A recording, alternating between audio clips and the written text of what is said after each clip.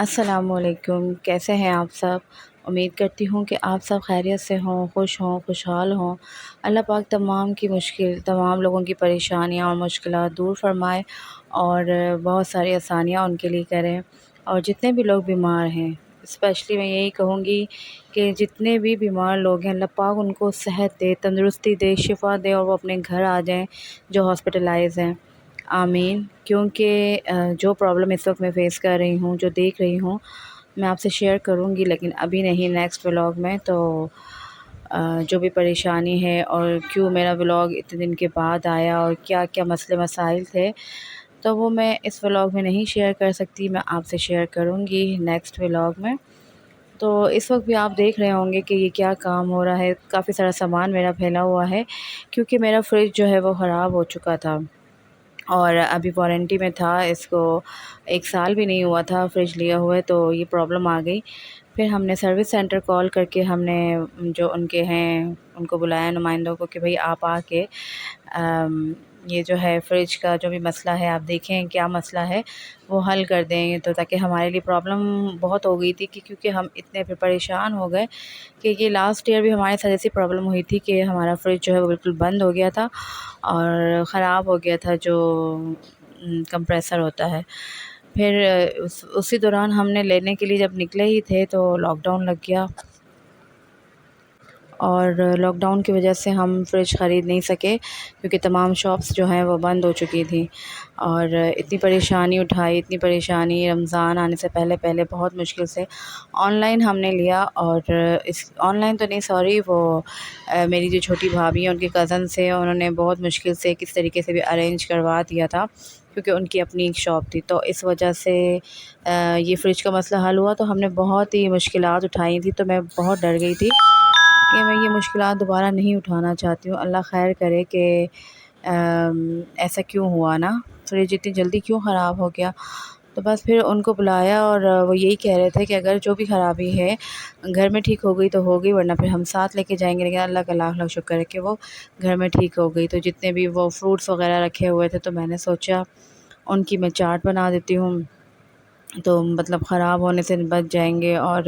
خیر موسم تو ایسا تھا لیکن پھر بہت وہ ہو رہا تھا، میں نے کہا چلو بنا لیتی ہوں۔ پھر وہ ہمارے جو نیبرز ہیں، یعنی وہ اوپر ہی رہتے ہیں اور چھت بنی ہوئی ہے، تو ہم وہاں پر گئے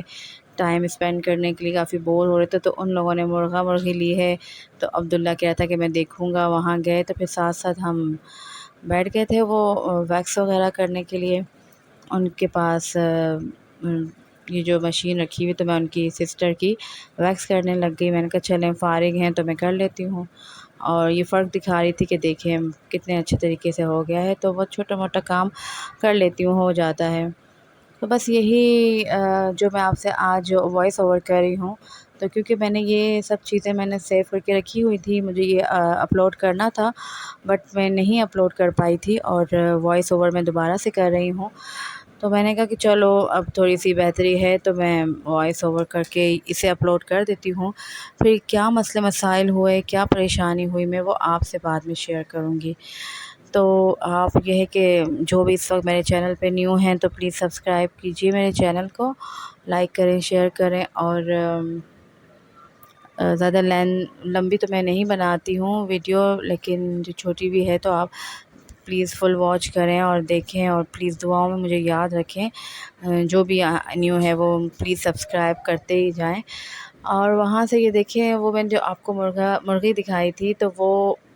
پتہ نہیں کس طریقے سے اچانک سے نکل کے وہ دوسری چھت پہ چلے گئے، تو وہاں سے بس اس کو پکڑنے کے چکر میں لگے ہوئے تھے، تو اس نے بہت زیادہ تنگ کیا، کبھی کہاں آ رہی ہے تو کبھی کہاں پہ بھاگ رہی ہے، خیر سب اسے پکڑنے کے چکر میں لگے ہی ہوئے تھے۔ پھر بہت مشکلوں سے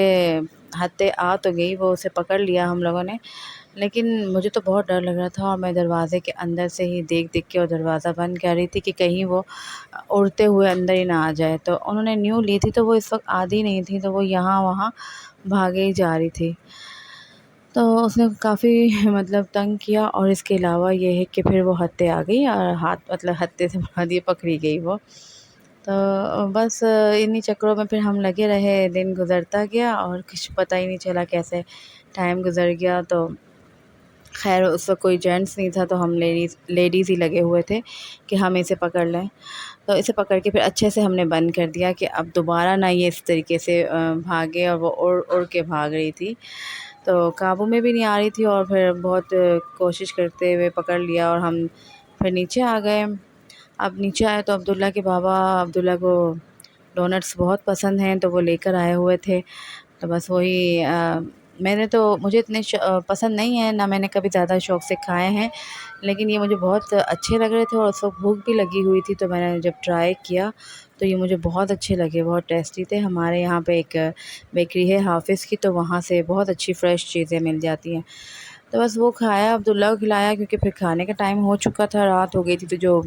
کھانا ہم نے مٹر کا پلاؤ بنایا تھا اور ساتھ میں کڑھائی بنائی تھی. تو دیکھیں چاول کتنے اچھے لگ رہے ہیں کھلے کھلے. تو بس یہ پھر رات کا کھانا ساتھ میں یہ ضروری ہوتا ہے، کھیرا اور پیاز وغیرہ اور کڑھائی تھی. تو چلیں جی، اپنا بہت خیال رکھیے گا، مجھے بہت دعاؤں میں یاد رکھیے گا اور نیکسٹ ولاگ ضرور دیکھیے گا. اللہ حافظ.